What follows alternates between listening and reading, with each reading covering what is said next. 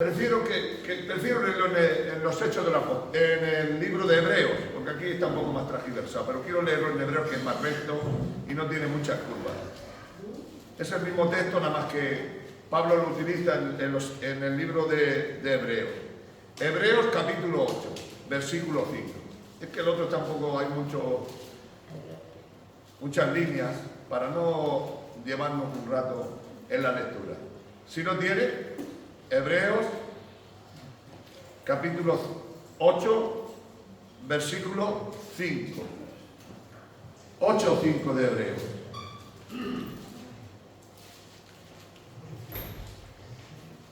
Dice, los cuales sirven a lo que es figura y sombra de las cosas celestiales, como se le advirtió a Moisés cuando iba a erigir el tabernáculo, diciéndole, mira y hazlo todo conforme al modelo que se te ha mostrado en el monte. Dios trae un mensaje a Moisés y le da una alternativa a hacer un tabernáculo para que Dios pudiera habitar en medio del pueblo de Israel. Ese tabernáculo fue diseñado por el mismo Dios, pero una de las advertencias que Dios le hace a Moisés es que no le gustaría que nada de lo que Dios le mostró Moisés tomara cartas y cambiara la situación.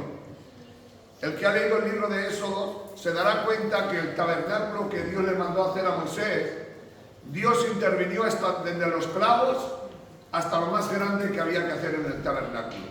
Dios le dijo que escogiera los colores que a Dios le gustaban.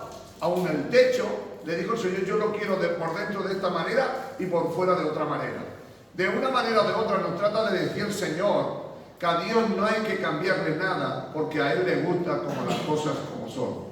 De tal manera que cuando usted lee el tabernáculo, se dará cuenta que Dios interviene en todo, aun los palos, aun las paredes, aun las telas, aun en todo lo que había que hacer. Pero una de las frases que nosotros tendremos en esta tarde presente es, mira que lo hagas todo conforme a lo que Dios te ha mostrado. Si hoy nosotros no entendemos de parte de Dios que no podemos cambiar ni una jota ni una tilde, que no podremos cambiar nada de lo que Dios ha establecido, por muy bien que nos parezca a nosotros, por muy mal que nos parezca a nosotros, Dios ha determinado que las cosas sean como son y no hay más remedio. Así que en esa verdad y en esa justicia nosotros debemos de caminar, vivir y andar. Una de las cosas que debemos de aprender los cristianos como cristianos que somos es que Dios le gustan las cosas como Él las quiere.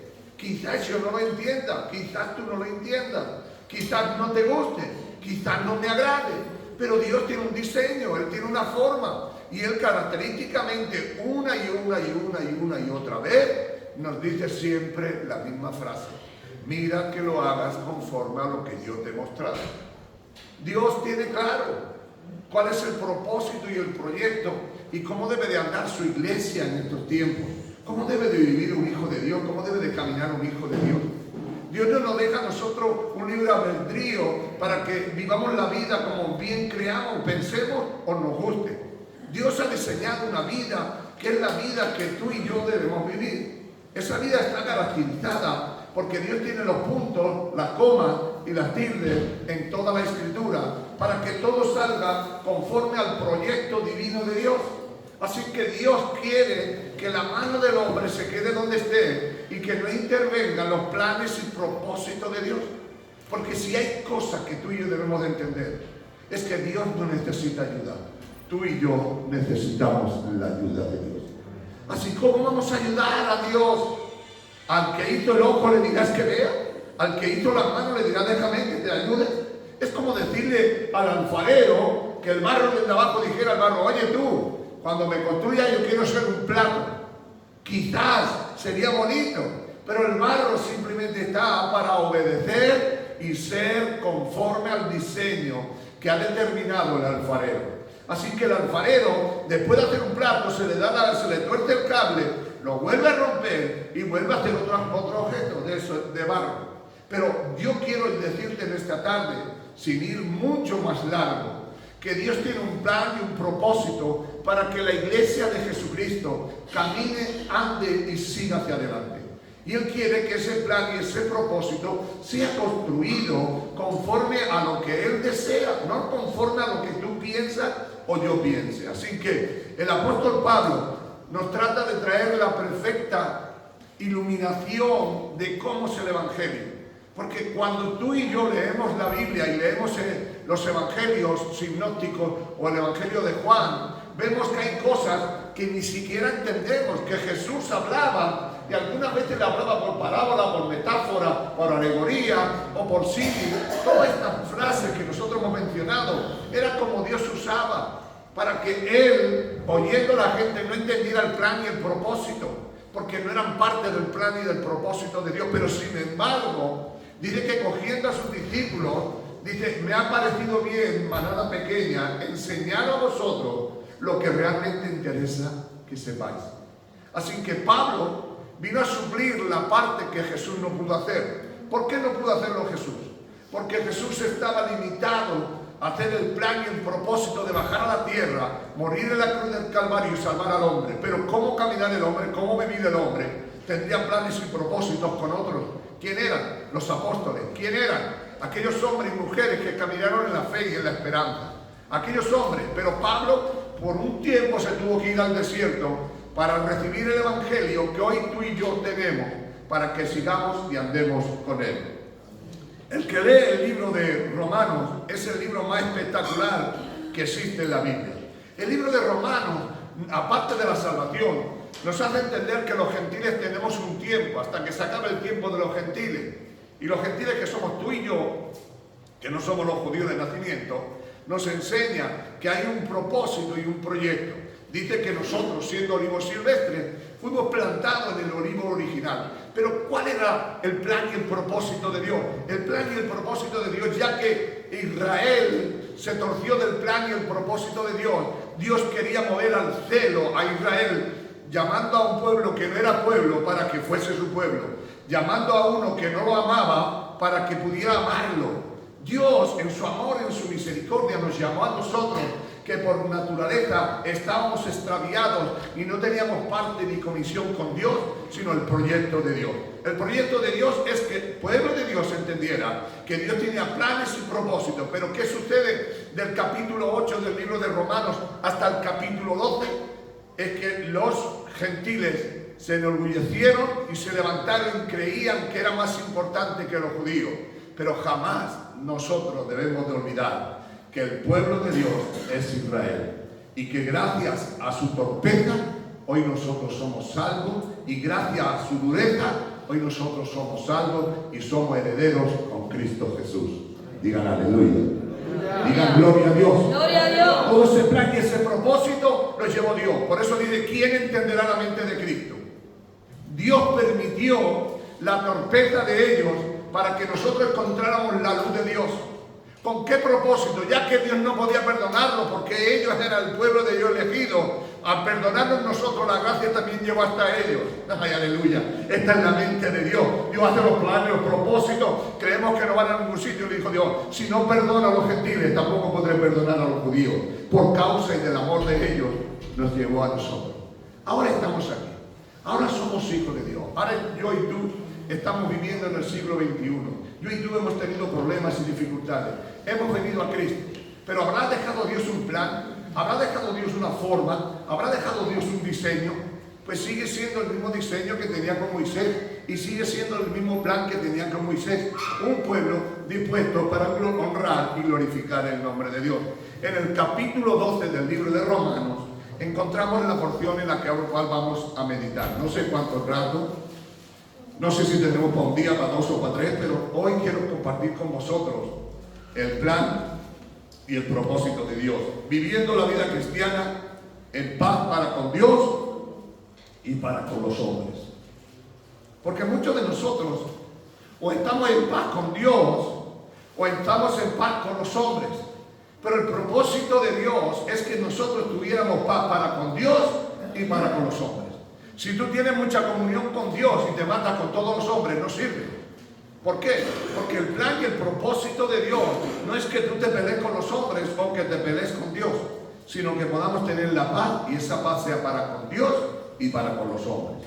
Cuando leemos en el capítulo 12, versículo 9, trae un plan a seguir y un proyecto a seguir. Dice, el amor sea sin fingimiento. Hay algo que nosotros no debemos de olvidar. El amor de Dios no puede llevar un doble. Dentro del pueblo de Dios, le está hablando al pueblo de Dios, el amor tiene que ser transparente. El amor tiene que ser la esencia. ¿Sabéis por qué? Porque Dios es amor. Y esto es lo que trata de decirnos el apóstol a través de esta escritura. Y nos trata de decir, el amor sea sin fingimiento. Ser transparente. No aparentar lo que no somos. Ser lo que somos. Dios nos acepta con nuestros problemas y con nuestras dificultades. Pero sobre todas cosas, el amor de Dios debe de ser sin fingimiento. ¿Sabéis por qué? Porque el amor de Dios nos lleva a un estatus mucho más alto que cualquiera que nosotros llevemos. ¿Por qué dice el apóstol Pablo, el amor sea sin fingimiento a los romanos? Por el capítulo 8, en el capítulo 9, en el capítulo 10, en el capítulo 11, están diciendo que los gentiles tenían un amor fingido, que se amaban a los judíos pero se creían más grandes, amaban a todas las personas pero se sentían más importantes. Entonces el apóstol Pablo dice, no, ese amor que vosotros tenéis tiene que ser sin fingimiento, tiene que ser sincero, íntegro, tiene que ser algo verdadero, no algo prestado, aparentar, reírnos, saludarnos. Sin embargo, no hay una sinceridad. Cuando tú lees el libro de Corintios, capítulo 12, y nos enseña, en el capítulo 12 de Corintios nos enseña una cosa, que tenían todos los dones.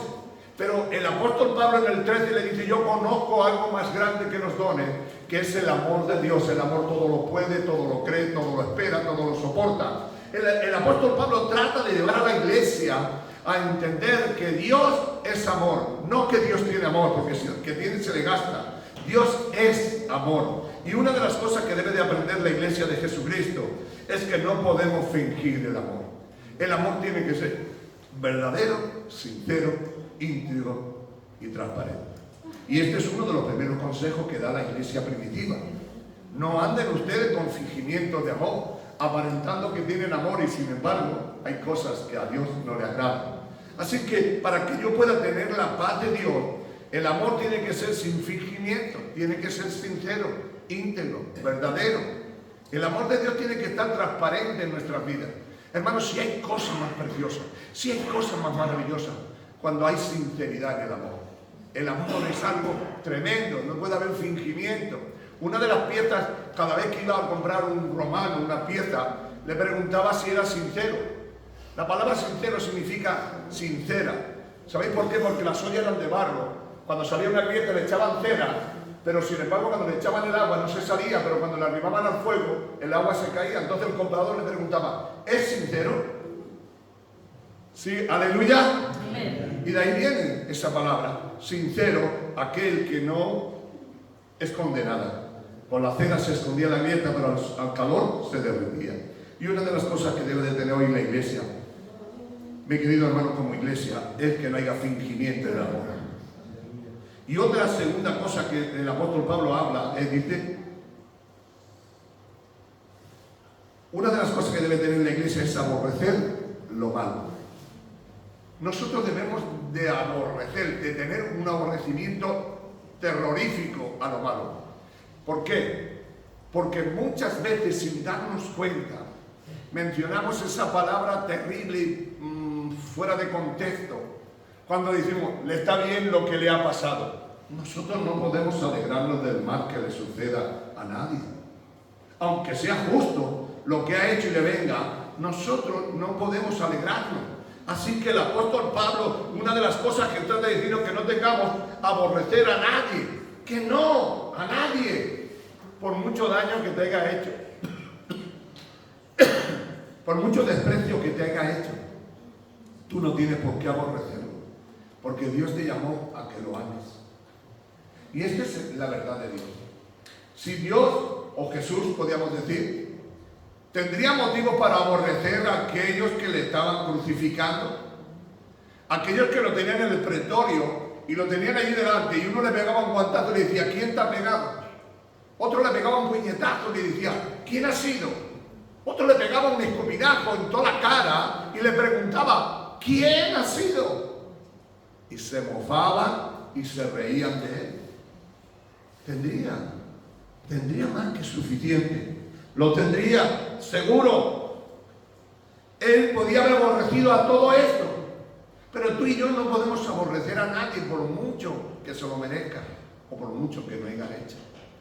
Hoy más que nunca la iglesia de Dios no puede aborrecer a nada ni a nadie. Dios nos llamó a amar. Podemos decir en esta tarde es que esta persona ha sido mala conmigo, se ha portado mal conmigo y la aborrezco. Pues Dios está en contra de este proyecto. Porque ese proyecto es un proyecto genuino de Satanás. Satanás es el que realmente tiene ese proyecto de que lo aborrezcamos, que aborrezcamos a las personas, que tengamos problemas contra las personas. La iglesia de Jesucristo debe de amar y no aborrecer. Mirad conmigo, hermano. Seguir lo bueno. ¿Qué es lo bueno, hermano? Todo lo que es bueno hay que seguirlo. Nos guste o no nos guste. Es que me van a tomar por tonto. Da igual. Es bueno. Síguelo.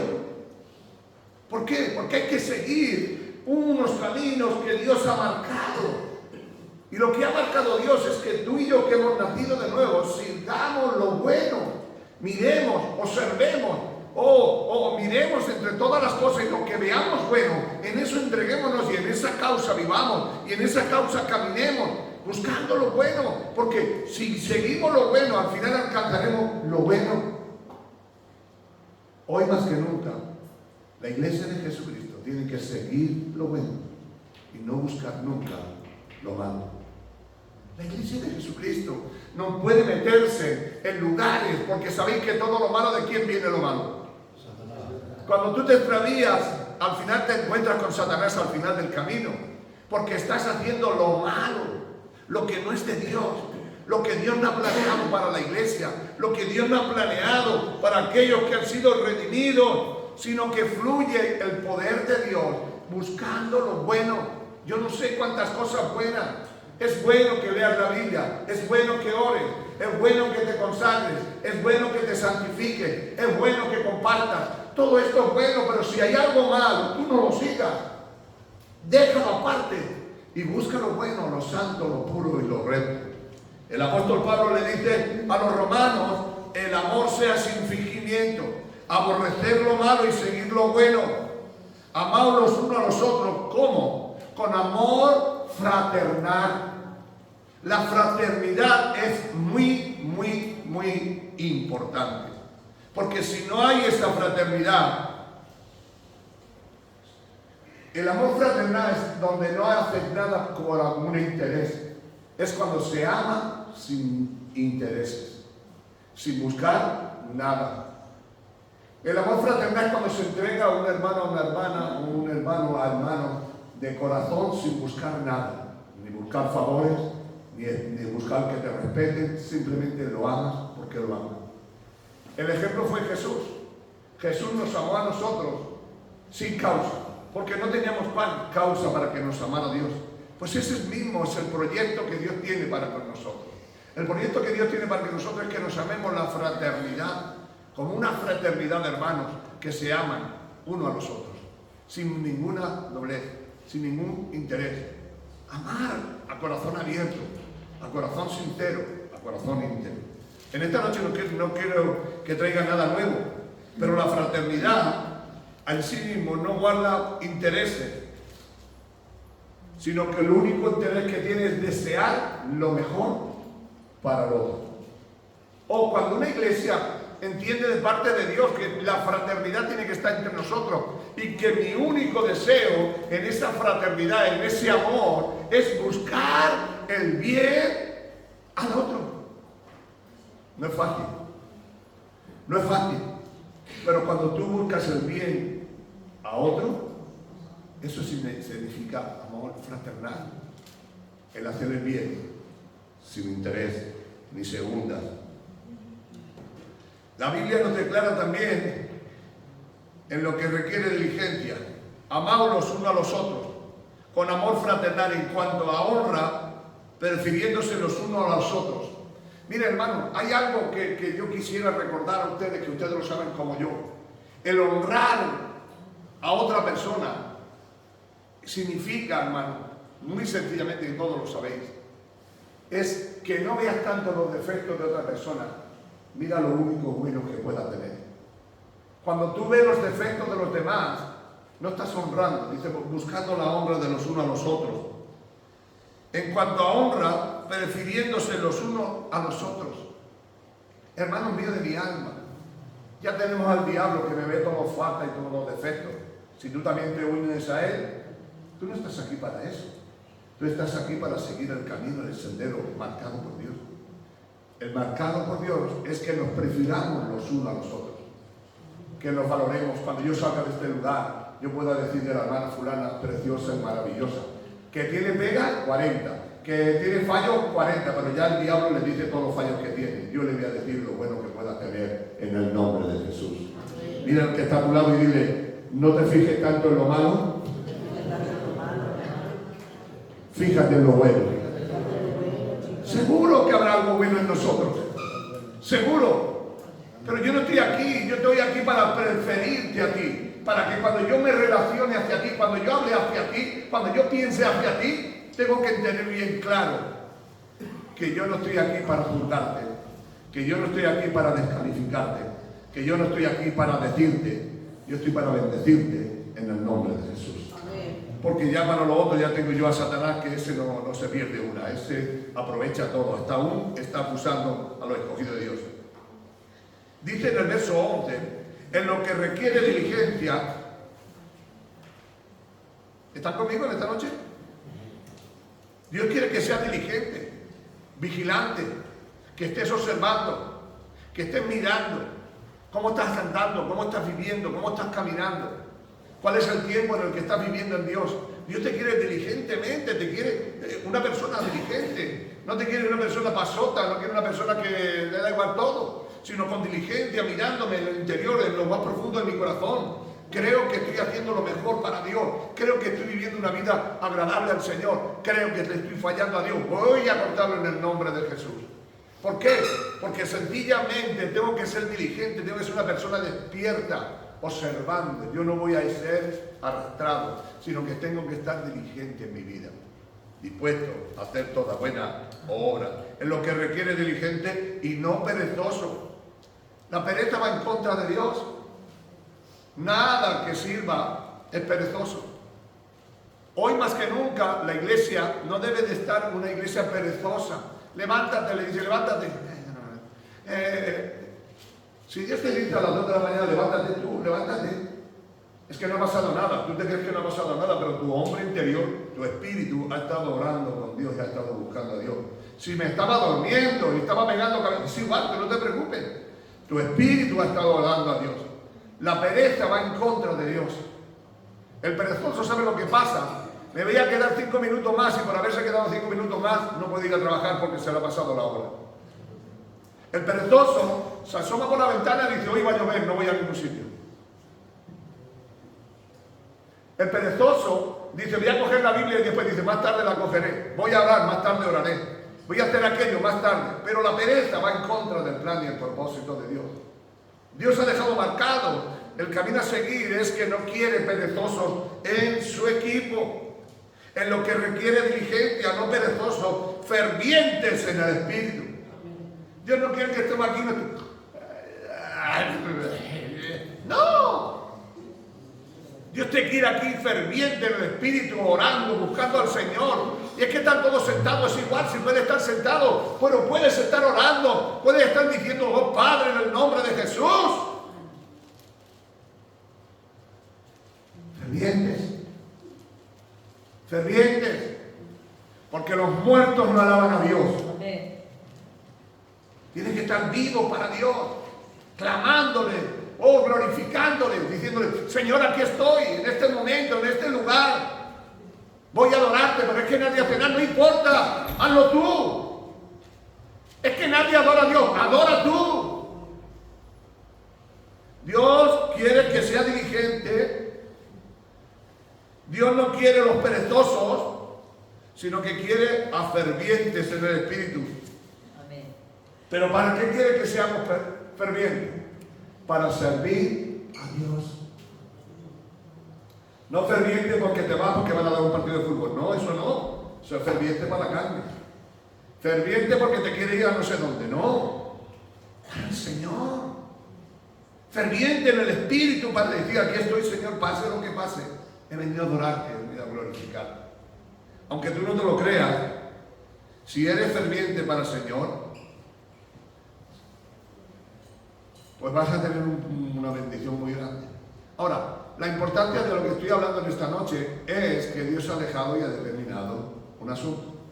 ¿Estamos dispuestos a servir al Señor? Servir al Señor es mucho más de decir servir al Señor. En Isaías, cuando dice en el capítulo 3 que tiene una revelación, ahí está en el libro de Isaías, y dice que Dios bajó, los dinteles de las puertas se temblaron, hizo la gran pregunta que hizo Dios: ¿a quién enviaré? Y empezó a empezar Isaías y dijo que envíe al rey, que envíe al embajador. Él solamente dijo esto: heme aquí, envíame a mí. ¿Estaba dispuesto a servir a Dios? Servir a Dios no significa subir al púlpito. Servir a Dios no significa abrir la puerta. Servir a Dios no significa encender los ventiladores, encender la luz. Servir a Dios es cualquier cosa que hagas para Dios. ¿Pero estás dispuesto a servirle? Heme aquí, envíame a mí. Podría haber dicho que vaya el rey, que pasó de ser rey. Que vayan los soldados, que vayan los evangelistas, los profetas. No, heme aquí, envíame a mí. No tengas que calentarte para la cabeza, Señor. Pero no en el sentido, lo digo en el sentido vulgar. No te calientes más, aquí estoy, envíame a mí. Te valgo yo, envíame. Nuestro Señor Jesucristo en el capítulo 4 hay una gran verdad en el Evangelio que dice: el Espíritu del Señor está sobre mí, me ha enviado. Enviarte, pero ¿estás dispuesto a obedecer a Dios? Hay algo que tú y yo debemos entender de parte de Dios, es que tenemos que estar dispuestos a servir. Pero mirad en el 12: gozosos en la esperanza. El gozo en la esperanza. ¿Cuál es tu esperanza? En esto es la realidad de la vida. ¿Cuál es nuestra esperanza? ¿De que un día estaremos con Dios? Pues ten gozo.